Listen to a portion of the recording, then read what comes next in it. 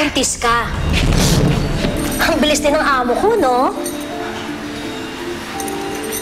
Hindi sa amo ko yan. Kanino? Sa driver. OMG, sa driver nga. Hindi lang pala yung kotse mo pinagdadrive niya. Alam mo, yung tsara mo, sa'yo na.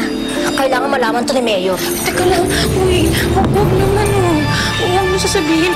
Walang dapat makaalam nito. Ilang buwan lang hihintayin natin at lolobo na yung tiyan mo? Pwede ba mo lang makaalam? May paraan ako. May plano ako. Ayoko madami. Mapatay na nila, boyfriend ko si Levi. Pinilit lang ako ni Mayor. Punersa niya ako. Sinabi niya sa akin na papatayin niya ang pamilya ko, pati na rin si Levi kapag hindi ako pumayag sa kagustuhan niya.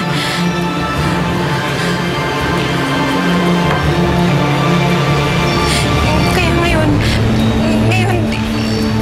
walang dapat makaalam. Kaya nga gumagawa ako ng paraan para makatakas dito eh. Pwede to. Ayokong mangyari sa'yo nangyari kay Clarissa. Pinangako ko sa sarili ko, hindi na ako papayag muli. Ako yung PA ni Clarissa. Ayaw din niya kay Mayor noon eh. Napuwersa din lang, kaya mo. Pinagbawalan ko siya. Matigas lang ang ulo eh. Nasilaw na rin yata sa mga regalo ni Mayor. Tapos, nalaman ni Rowena, pinalis agad ako ni Mayor sa serbisyo. Pero, mula nun, pinapagabag na ako ng konsensya ko eh. Talo na nung mamatay ni Clarissa.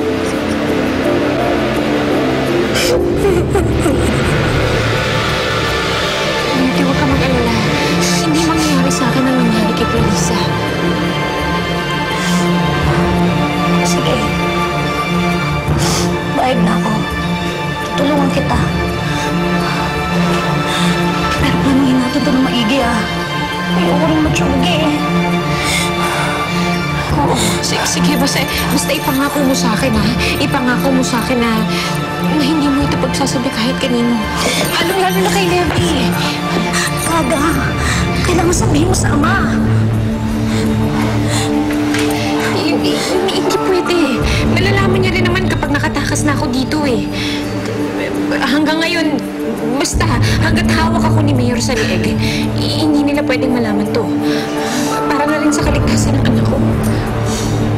Rachel, nangako naman akong tutulong ako sa'yo eh. Pero, mahirap ang sitwasyon mo. Kailangan talaga natin ng katulong pa.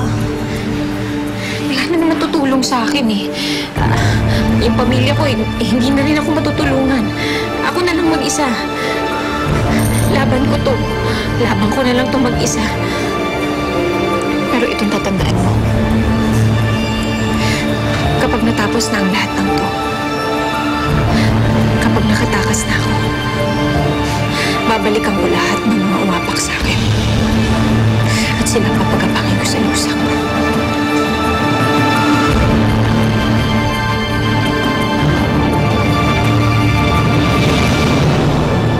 Tinuloy pala ni Rachel ang pagiging artista niya. Di mabuti. Meron ka bang gustong ipasabi? Pakisabi, hi. Well, hindi na ako magpapaligoy-ligoy pa. Ikaw ba ang bagong kabit ng asawa ko? Pinapahanap ko si Rachel kay Bonnie. Babalik ako agad. Sasabihin ko sa'yo lahat, anak. Ano bang nangyayari sa pamilya natin? I need you to be strong. Lahat ng ginagawa ko para sa'yo.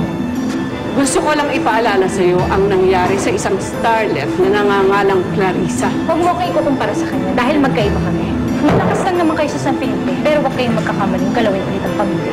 Anak! Tulong! Anak! Anong gagawin niyo sa... Anita!